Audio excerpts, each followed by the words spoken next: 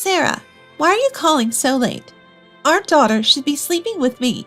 That's what Karen, my daughter-in-law, yelled when I called to ask about my granddaughter Mary. The thing is, Mary is right next to me.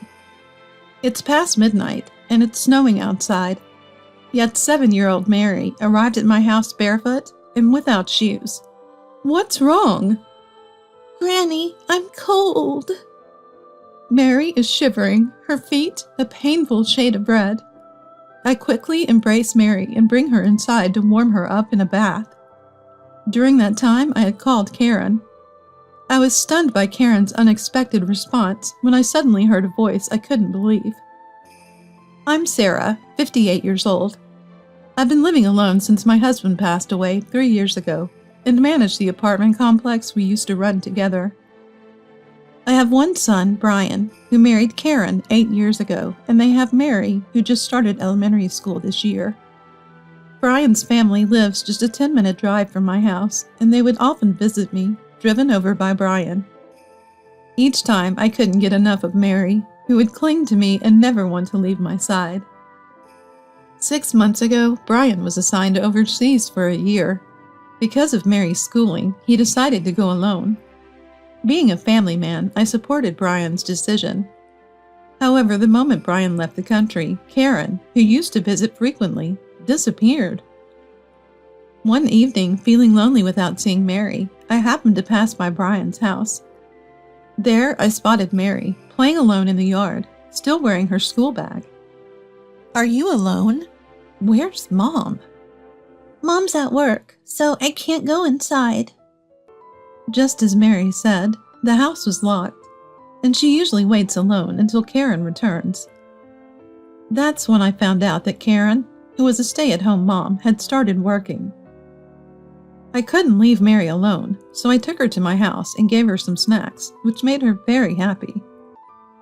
Mom gets mad if I say I want a snack, so I always hold back. I felt sorry for young Mary, who was always showing such restraint. Worried that Karen, unaware Mary was with me, might get concerned, I left a voicemail saying Mary was in my care. Later that evening, while having dinner with Mary, Karen came home. Without even a greeting, Karen entered and immediately began scolding. Mary, you can't just go to Granny's house without permission, okay? Why can't you be a good girl? Mom, I'm sorry. Mary, who had been enjoying her meal, put down her fork and looked down, making me feel sorry for her. Don't blame Mary. I'm the one who brought her. I shouldn't have brought her without asking. Can we stop this? Doesn't this make me look like a bad mom? No, it doesn't. But if you're going to start working, you could have told me. I can look after Mary. With that, Karen's attitude changed abruptly. Really? Thank you. This is a big help. Yes, of course. Yay, I get to eat Granny's delicious food. Seeing Mary so joyful made me happy, but Karen's stern look when Mary complimented my cooking worried me. From the next day, Mary started coming straight to my house when Karen was at work. And when Karen came to pick up Mary after work, she began eating dinner here without any hesitation. Ugh, this tastes bland and unappetizing. Mary, you don't have to force yourself to eat. Granny's food is delicious. She didn't just heat it up in the microwave like Mom. That's amazing. Mary, don't say unnecessary things. Mom is busy, unlike Granny. Let's go home. Karen left without making any eye contact, clearly in a bad mood. Mary pulled on my shirt and seemed to want to say something. What's wrong? What's wrong, Granny? Why is my mom so mad? Is it my fault? I hugged Mary, who had tear-filled eyes. No, it's not. Granny knows you're a good girl. Yeah, thanks. I'll come again. Mary waved goodbye with a big smile. From outside, I heard Karen yelling, hurrying Mary along, making me even more worried about her. From then on, Karen started dropping Mary off even on her days off, saying, I can't relax with Mary around. She even started pawning off Mary's school events on me. Karen, I can't attend the parent-teacher meeting next week. I have a community gathering. I'm sorry. Do you not find Mary cute, Sarah? Don't tell me you're prioritizing your own matters. Though I was annoyed at Karen's tone, I decided to skip the community gathering and attend Mary's event. And still, not a single word of thanks from Karen. So it happened one day. In the middle of a snowy night, the front doorbell rang. When I opened the door, there stood Mary, barefoot. Stunned, I asked her what had happened, but all she said was, I can't talk about it, or Mom will get mad. It's okay now. You must be cold. Let's warm you up.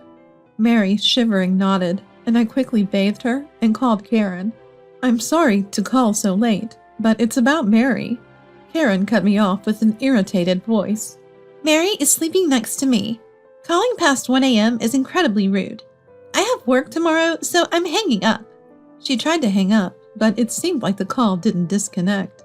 Just as I was about to end the call, I heard Karen's voice through the phone. Sorry about this. Sarah is just too noisy.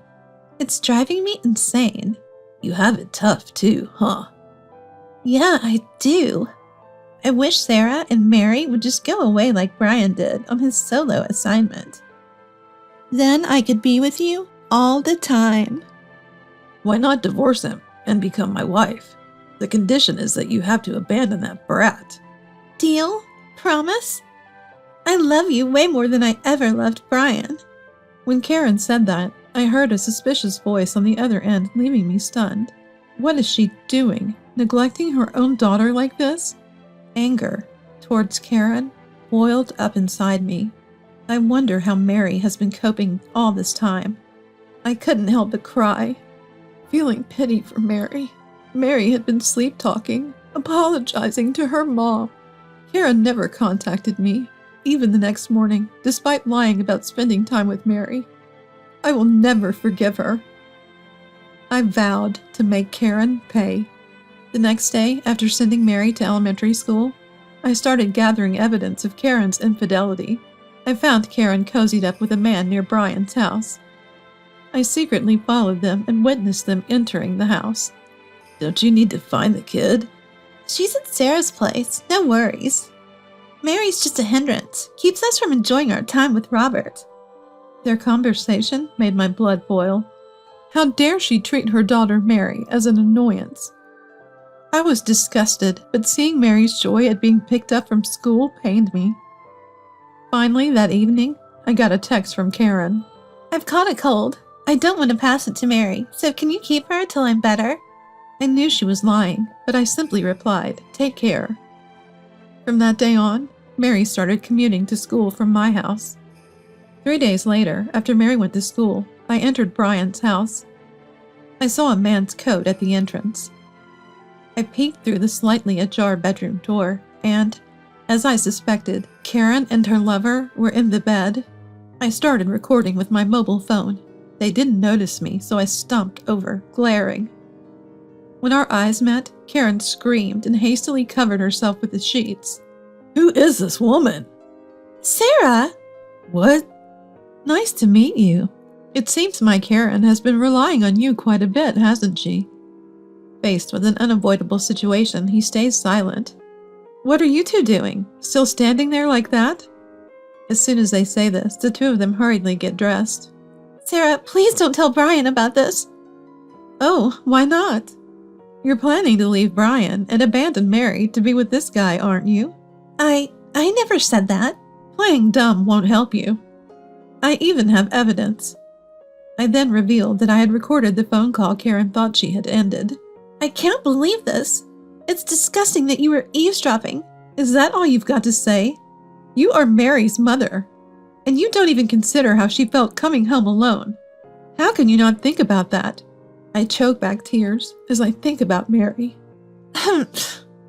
It's not Mary's fault for being gone. If you care so much about that kid, why don't you take her?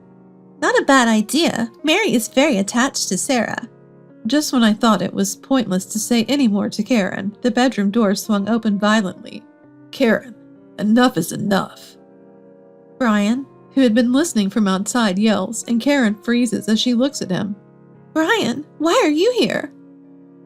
I heard about everything from Mom and flew back for this very day. Karen, you're the worst wife and mother. That's not true. You're misunderstanding. Really? Then explain why you neglected Mary to have an affair. Karen looks at Robert for help, but he ignores her. Come on, say something. What can I say when your husband shows up? That's it. I'm divorcing you, Karen. And you'll never see Mary again. Just give me the child support and do as you please. What? No. If that's the case, I'll take Mary. In this situation, I couldn't help but confront Karen. Karen, you don't even have a job. How are you going to raise Mary? At this, Karen begins to stammer, looking for an excuse. You quit your job to spend time with your affair, didn't you? Karen doesn't respond, but looks at Robert, who is about to leave, but is stopped by Brian. Running away when you're also responsible? Show me your ID now. Robert reluctantly hands over his license under Brian's piercing gaze. I capture it on camera, hand it back to Robert, and he rushes out. Wait, don't leave me. Left behind, Karen breaks down in tears. Karen, you need to leave this house right now. Sarah, Brian, I'm sorry. I'll never do this again. There's no way we can forgive you. I was just lonely. I don't want to hear your excuses. Brian then presented the prepared divorce papers to Karen. I couldn't just stand there watching Karen cry even more intensely. Being a mom isn't just about giving birth. Karen, you chose being a woman over being a mom. You're unfit to be a mother. What are you talking about? Sarah, your thinking is outdated. Loving your child is timeless. Well, Karen, you'll probably never get that since you see your child as an inconvenience. Karen then clung to my legs. Sarah, I'm sorry. From now on, I'll take proper care of Mary. Please forgive me. No way. It's your own fault. I pushed Karen away, and she said nothing more, hanging her head in shame. Then Karen resigned herself and filled out the divorce papers. After that, she left the house without ever coming to see Mary again. They divorced, and Brian claimed $30,000 in damages from Karen and Robert. Karen was disowned by her parents-in-law after they found out about the affair, and was even kicked out of her family home. She was also abandoned by her lover and is now hopping from one friend's house to another. Karen has now started working a night job to pay the claimed damages and child support. Brian discussed the situation with his company and decided to quit his overseas assignment and work in America. He sold the apartment they were living in and decided to live with me. When we told Mary, she easily accepted it, saying, I won't be lonely if Dad and Granny are around. Now my life revolves around Mary, and despite the busy days, I feel happy and fulfilled. I vow to fully love Mary, who smiles more than ever, and to be her ally in any situation.